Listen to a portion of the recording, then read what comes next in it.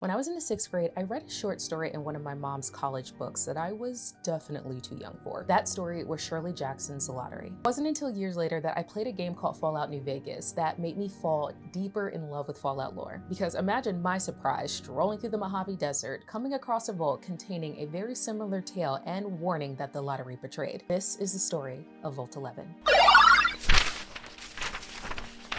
In June 1948, Shirley Jackson's The Lottery was published in The New Yorker. It describes a fictional town that was presented as a pleasant place, where the community seems close, the sun is shining, and they're about to kick off a festive event to ensure an auspicious harvest and to purge the town of bad energy. As the story progresses, we learn that that's not the case. Each year, the town official brings out a black box to the town square, where all the residents gather for the annual lottery. For the most part, the townspeople are upbeat and friendly and look forward to this tradition. There's definitely an undertow of unease amongst them once you start to read between the lines. And as the reader, you get the feeling that something's not right. How the lottery works is that each head of household will pick a piece of paper from the black box. Whoever draws the marked paper moves to the second round of the lottery, and that family will go up to the black box and each of them will pick a piece of paper. Whoever within the family gets the marked paper is to be sacrificed by stoning. The townspeople never question or condemn this violent and immoral tradition, and they blindly follow with glee year after year, with the story ultimately ending on a cliffhanger. But it's to be assumed that this tradition just continues forever. Back in 1948, The New Yorker was known to publish both fiction and nonfiction stories, with the magazine's origins being situated in what was called sophisticated humor. But post-World War II, The New Yorker was a prominent publisher of influential essays and fiction short stories. By the publishing of Shirley Jackson's The Lottery, The New Yorker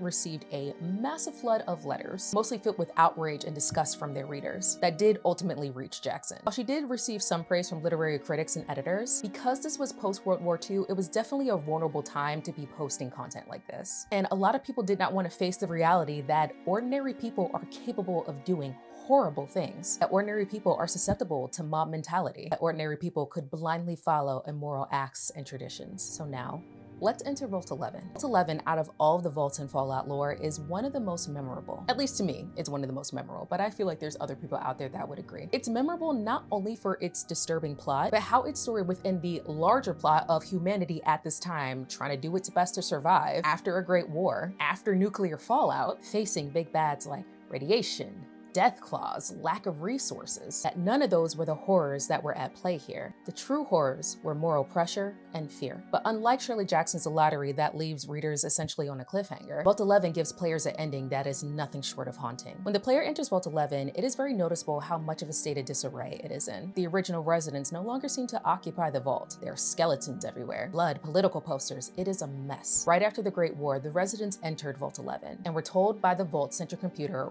once the doors sealed, that every year they had to elect one resident as the new overseer. And at the end of the overseer's one-year term, they were to be sacrificed to the computer's mainframe. And if they refused to provide a sacrifice, everybody in the vault would be sacrificed. Believing that the threat was real, the residents of Vault 11 complied with yearly sacrifices, and this went on for decades. Over time, the election process became increasingly corrupt. Political factions emerged, spreading rumors and lies, using underhanded tactics to ensure that people that they personally did not like were seen in a bad light, thus increasing the odds of them being elected as the next overseer. Eventually, that position became less about leadership in the vault and more about who they're deciding to get rid of next year. Fear had become the ruler of the vault, and all succumbed to a mob mentality to obey an immoral command. A central figure in Vault 11 was Catherine Stone, a woman who was blackmailed and coerced into doing a faction's dirty deeds, with the hopes of saving her husband from being nominated as the next overseer. But the faction leaders ultimately betrayed her after she complied with their demands, which led to her ending all of their lives. With a reputation of a murderer, Catherine was ultimately elected as the next overseer. And the first thing she did as overseer was immediately abolish the corrupt election system in favor of a randomized system. The residents of Vault 11 immediately revolted, sparking years of civil war and violence. Eventually, after years of fighting, there were only 5 residents left. And when it came time to elect another overseer, all of them downright refused. They entered the execution chamber together, where the vault computer responded by congratulating them. They were congratulated for their willingness to sacrifice themselves instead of another person to prove their humanity. And that's when the doors of Vault 11 opened, revealing no one ever had to die in the first place. The directive all those decades ago that the Vault 11 mainframe gave them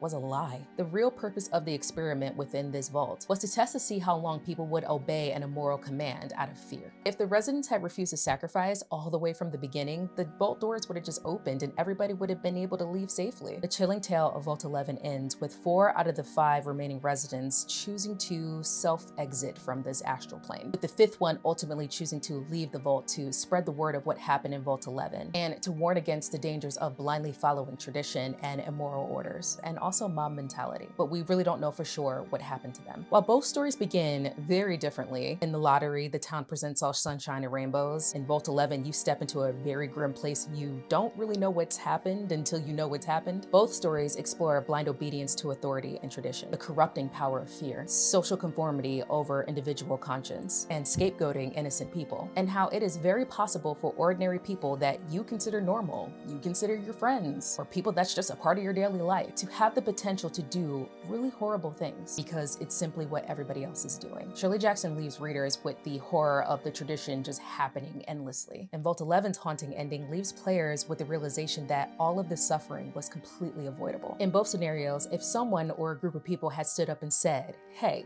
this isn't right," would others had even supported them? More often than not, those who challenge the status quo or go against the grain have a hard upward battle when going against what's been traditionally accepted. But I definitely believe that it influenced me to stand in my truth as an adult and not falter on things when I believe something is wrong here. In Shirley Jackson's The Lottery, tradition drives violence. In Vault 11, fear drives violence. In each case, underscores the importance of questioning harmful norms, recognizing the humanity of those who are targeted, and choosing to speak up rather than remaining silent.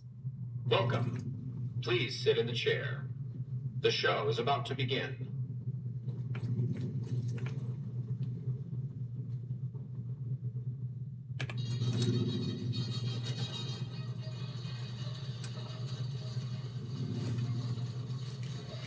Greetings, martyr, and welcome.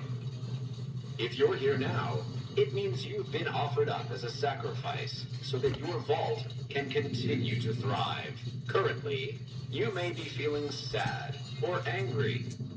Perhaps you never got to have grandkids or to enjoy the pleasures of a fresh cigar. But march with your chin held high, soldier, and remember that each of us has an important role to play. For some people, their role might be to heal the sick. For others, it might mean they will drive a race car or fly a rocket ship. And some of us are meant to forfeit our lives for the good of the people. Sure, it might not be as fun as driving a race car, but it's every bit as important. Let's take a moment to reflect on the moments that made your life worth living. Think about that time you kissed your steady girl for the first time under the bleachers at the big game. Or when you snuck out after curfew to catch that new flick that your parents wouldn't let you see because it was too scary. Boy, were they right. And who could forget when you met the love of your life? What a looker. These are just examples. Do you feel that feeling stirring in your chest as you think of these things? Good. What you are feeling is peace. You've led a great life. Living it has been its own reward. But it is only the beginning. Close your eyes now and imagine what joys await you in the next life, the afterlife. Can you see them? Good.